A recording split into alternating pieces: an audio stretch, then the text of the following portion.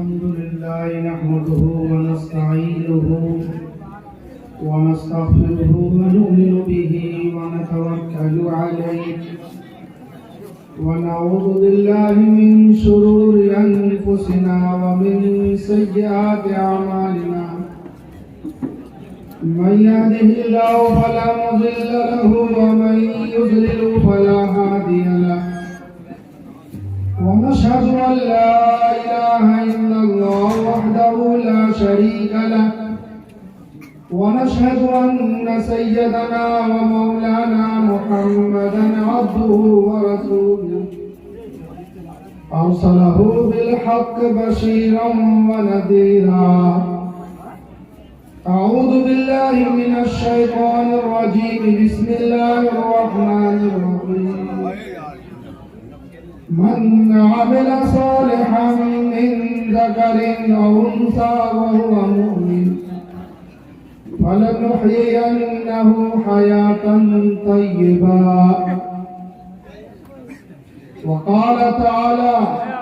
ومن أعرض عن ذكري فإن له معيشة ضنكا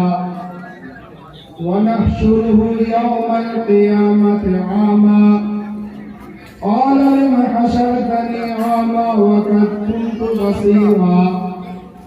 قال كذلك أتتك آياتنا فنسيتها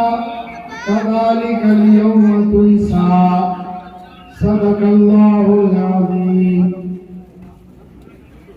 صدر عالی جا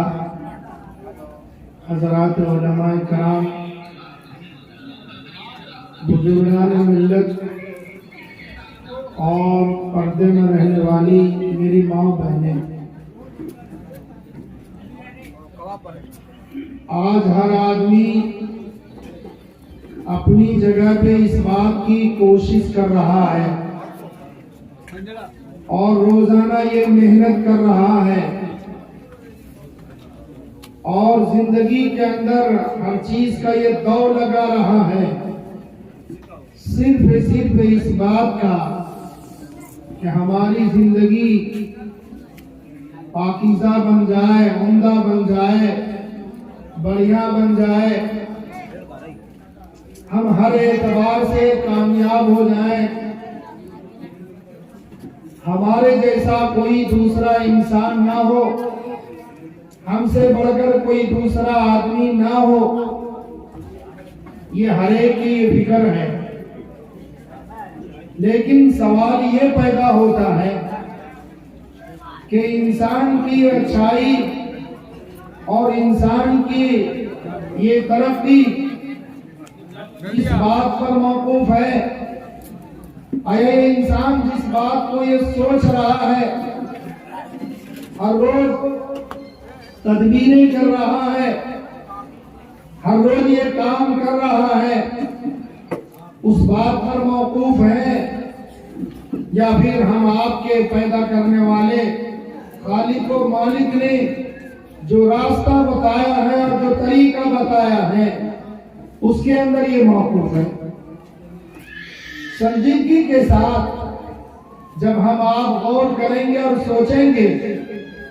تو اس نتیجے پر پہنچیں گے کہ ہم آپ کو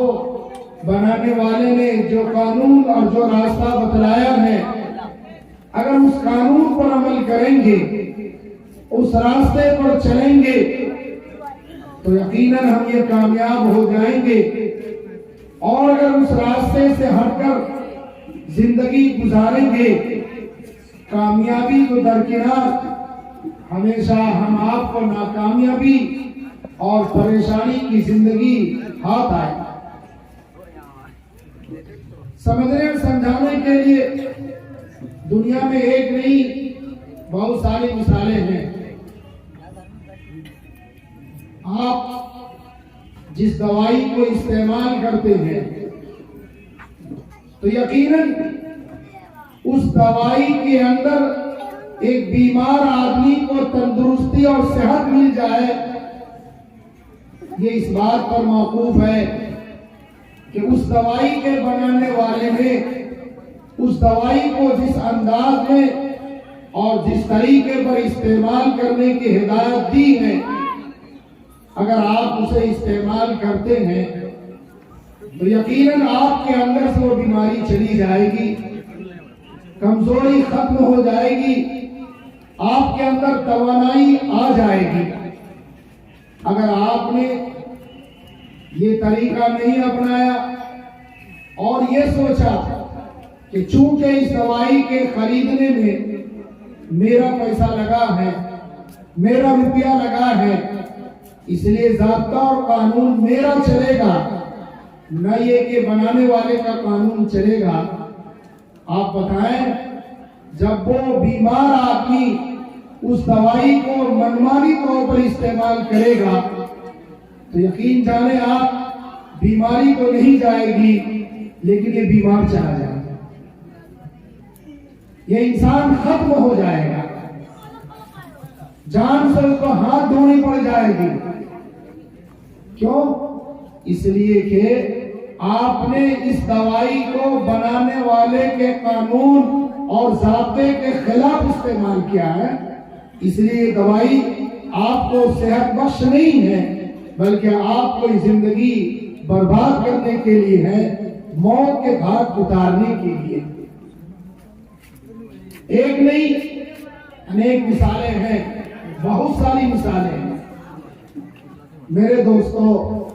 جب دنیا کا یہ بنا سامان بنانے والے کے قانون کا محتاج ہے تو پھر آپ ہی بتائیں، جس ذات نے ہمیں آپ کو ناپاک قطرے سے ناپاک گھر میں اور انتہائی غلیظ جگہ میں اپنے قدرت کاملہ سے 9 مہینے کے اندر انسان کو کامل و مکمل پیدا کیا، اور پیدا ہونے کے بعد 2 سال تک 2.5 سال تک جب ہم دنیا کے اناج کھانے کے لائق نہیں ہوتے ہیں، خدا پاک وہی کھانا اور پینا جو ہر روز ماں کھایا کرتی تھی، اسی کھانے سے اللہ نے ہمارے لیے ماں کی چھاتی میں خوراک پیدا کی، اور اتنا مکمل خوراک کہ آج کے بھی بڑے بڑے ڈاکٹر اور سارے لوگ یہی کہتے ہیں کہ بچے کے لیے بچے کی ماں کی دودھ سے زیادہ بہتر کوئی خوراک نہیں۔ جس خدا نے ہم آپ کے لیے سارے انتظامات کیے اور ایک نہیں انیک انتظام کیے ہیں، اللہ پاک نے کہا انسانوں، اگر تم میرے احسانات کو اور میرے نعمتوں کو گننا چاہو گے تو ہرگز اسے گن نہیں پاؤ گے۔ ان تعدوا نعمت اللہ ولا تحصوها، اگر تم ہماری نعمت کو گننا چاہو گے ہرگز گن نہیں پاؤ گے۔ تو بتاؤ، جس خدا نے ہمیں آپ کو پیدا کیا، ہمارے جملہ ضروریات کو پیدا کیا، ہمارے بسنے کے لیے زمین بنایا، آسمان بنایا، پہاڑ بنائے، انگنت ساری چیزوں کو ہم آپ کے لیے پیدا کیا ہے، جو نبی کے ذریعے بتایا ان الدنیا خلق لکم وانکم خلقتم للآخرہ۔ انسانوں، یہ دنیا کے جتنے جو ساز و سامان آپ کے سامنے نظر آ رہے ہیں، آپ یقین جانو یہ ساری چیزیں آپ کے خادم ہیں، آپ ان کے لیے محبوب ہیں، لیکن تم میرے لیے پیدا کیے گئے ہو۔ اب بتاؤ کہ اگر ہم اپنے بنانے والے کے قانون اور ضابطے کے خلاف چلیں گے تو آپ ہی بتائیں، کیا ہم کسی جگہ، کسی موڑ پر، کسی مقام پر ہم کامیاب ہو سکتے ہیں؟ ہرگز نہیں، ہم کامیاب نہیں ہو سکتے، بلکہ ہمیں ناکامیابی کا منہ دیکھنا پڑے گا۔ اس لیے آج کا ہر طبقہ اور ہر انسان جو یہ چاہ رہا ہے کہ ہماری زندگی اچھی بن جائے، کامیاب بن جائے، پاکیزہ بن جائے، تو پاکیزہ بننے کے لیے ہم آپ کے خالق و مالک نے جو راستہ بتایا ہے، ہم کو اسی راستے پر آنا ہوگا۔ اگر ہم نہیں آئیں گے تو پھر یاد رکھیں کہ مرض بڑھتا گیا، جوں دوا کی، جس قدر تدبیر اپنائیں گے ہم اس کے اندر کامیاب کبھی بھی نہیں ہو سکتے۔ ابھی میں نے قرآن مقدس کی 2 جگہ سے آیت تلاوت کی ہے، آپ ترجمہ سن لیں۔ اصل تقریر تو آبروئے بھاگلپور حضرت مولانا عطا الرحمان صاحب عطا مفتاحی دامت برکاتہم تشریف فرما ہے، آپ ان سے سنیں گے۔ بس چند دن کے لیے میں آپ سے یہی کہوں گا کہ اگر یہ چاہتے ہیں کہ ہماری زندگی کامیاب ہو جائے تو اللہ پاک نے ہمیں کیا کہا؟ ہمیں اس بات کا پابند بنایا ہے کہ تمہارے پر جو عبادتیں فرض ہیں، جو واجبات ہیں، جو سنن ہے، آپ اس کو اہتمام سے کرنے لگے۔ ایمان کے بعد سب سے اول عمل جو سارے مسلمانوں کے لیے ہے وہ 5 وقت کی نماز کی پابندی کرنا ہے۔ نماز کی پابندی کرنا ہے۔ ہماری زندگی میں نماز آ جائے، سال کے روزے جو 1 مہینہ نے طے کیا ہے، فمن شہد منکم الشہر فلیصم، جب رمضان کا مہینہ آ جائے آپ روزہ رکھیں۔ مالدار ہے تو اللہ تعالیٰ نے اس مال پر اس کا 40واں حصہ غربا مساکین کو دینے کا حکم فرمایا ہے۔ ہم اسے خوش دلی اور بشاشت کے ساتھ ادا کریں، نہ یہ کہ اسے جرمانہ سمجھیں اور کم دلی کے ساتھ ادا کریں، ایسا نہ کریں۔ اور پھر اللہ نے اور دیا ہے تو پھر زندگی میں 1 مرتبہ حج فرض ہے، ہم اسے بخوشی اسے ادا کریں۔ یہ جو اعمال جو ہمیں آپ کو اللہ نے دیا ہے اس اعمال کی پابندی کرنے لگیں گے تو اللہ پاک نے فرمایا ہے من عمل صالحا من ذکر او انثى وهو مؤمن، جو بھی مرد اور عورت اچھے اعمال اور اچھے کردار کو اپنائے گا تو اللہ پاک نے فرمایا اصل میں یہی لوگ ایمان والے ہیں اور سچے پکے مسلمان ہیں۔ پھر اللہ تعالیٰ نے ایسے مسلمانوں سے اور ایمان والوں سے یہ وعدہ لیا ہے کہ ہم انہیں پاکیزہ زندگی عنایت کریں گے، عمدہ زندگی عنایت کریں گے، سکون والی زندگی عنایت کریں گے، عزت والی زندگی عنایت کریں گے۔ انسان جس جگہ رہے گا آرام کی زندگی گزارے گا، یہ کوئی اور وعدہ نہیں کرتا، ہم وعدہ نہیں کرتے، بلکہ ہم آپ کو جنم دینے والے خالق و مالک یہ وعدہ کرتے ہیں فَلَنُحْيِيَنَّهُ حَيَاةً طَيِّبَةً، ہم تمہارے لیے ضرور پاکیزہ زندگی بنائیں۔ اور اگر ہم نے ایسا نہیں کیا، منمانی زندگی کی، نہ نماز کا اہتمام، نہ روزے کا اہتمام، نہ زکوٰۃ کا اہتمام، نہ غربا مساکین کے دینے کا اہتمام، اور نہیں تو والدین کے عزت و احترام کا اہتمام، نہ تو بڑے چھوٹوں کا احترام، اگر یہ ساری چیزیں نہیں کی ہیں تو پھر اللہ پاک نے فرمایا دوسری جگہ وَمَنْ أَعْرَضَ عَنْ ذِكْرِي فَإِنَّ لَهُ مَعِيشَةً ضَنْكًا، جو آدمی میرے قانون سے، میرے احکام سے منہ موڑے گا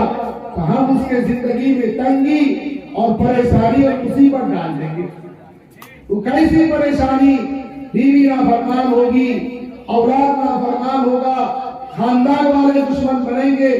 ظالم بادشاہ مسلط ہوگا، آسمان سے پتھر کی بارش ہوگی،